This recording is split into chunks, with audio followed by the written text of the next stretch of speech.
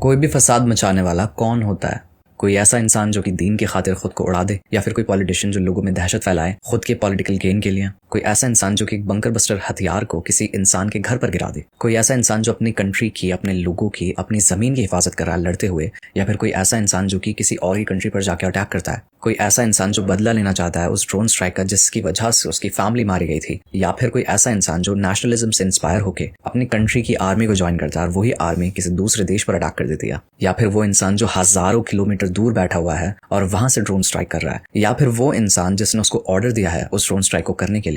हकीकत में फसाद मचाने वाला आखिर है कौन? कि जब कोई गोरा कोई जुर्म करता है तो उसको मेंटली अनस्टेबल कहा जाता है, मगर वही जुर्म कोई मुसलमान कर दे तो उसकी गलती को उसके पूरे मजहब पे थोप दिया जाता है, साथ ही उन लोगों पर भी जो उस मजहब को फॉलो करते हैं। या फिर अगर कोई अल्लाह अकबर कह भी दे तो वो एक वार्निंग का साइन होता है और सबके दिल में दहशत बैठ जाती है। मगर क्या आप जानते हैं कि होना कब से शुरू हुआ था? इन सभी चीजों की शुरुआत हुई थी 9/11 से। उस इंसिडेंट के बाद से ही फसाद का जो लफ्ज है उसको एक नई डेफिनेशन मिली, इस्लाम। एक इतना बड़ा इवेंट जो कि एक बहुत बड़ी वजह बनी जिससे आगे आने वाले वक्त में दुनिया के पूरे मुसलमानों को किसी ऐसी चीज के लिए ब्लेम किया जाएगा जो उन्होंने की ही नहीं है। और इसमें कोई शक नहीं है कि जिस कंट्री में अटैक हुआ था ना, वहाँ के खुद लोग आज इस पर यकीन नहीं करते और खुद कहते हैं कि हमारे ही लोगों ने कराया था। मगर ये सिर्फ एक इवेंट काफी था यूनाइटेड स्टेट्स ऑफ अमेरिका को एक वजह देखने के लिए जिससे वो मिडिल ईस्ट पर अटैक कर पाए और वहाँ की $multi-billion की ऑयल फील्ड्स को अपने कब्जे में ले सके। और आप सभी जानते हो कि इतना आसान नहीं होता किसी भी कंट्री पे एवं ही जाकर अटैक कर देना। आपको इसके लिए एक बहुत बड़ी वजह का होना बहुत जरूरी है जिससे आप अपनी कंट्री के लोगों को कन्विंस कर सको कि हमें दूसरी कंट्री पर अटैक करना बहुत ज्यादा जरूरी है। और इसके लिए उन्होंने मीडिया और हॉलीवुड का बहुत ज्यादा इस्तेमाल किया,